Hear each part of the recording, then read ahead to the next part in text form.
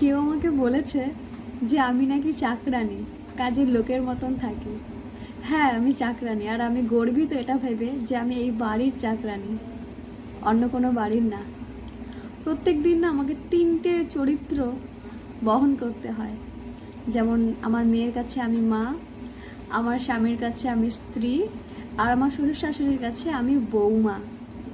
আর কখনো কখনো শরীর খারাপ হলে আমি ডাক্তার নার্স হয়ে যাই।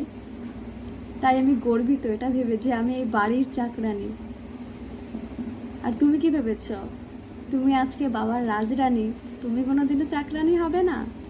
অপেক্ষা করো, আমি যে জায়গাটাতে আছি তুমি একদিন সেই জায়গাটাতে আসবে, আর সেই দিনও তুমি আমার মতনই গর্ব করে বলবে, হ্যাঁ আমি চাকরানি, শ্বশুর বাড়ির চাকরানি। চাকরানি মানে এই নয় যে তুমি অসম্মানিত হবে,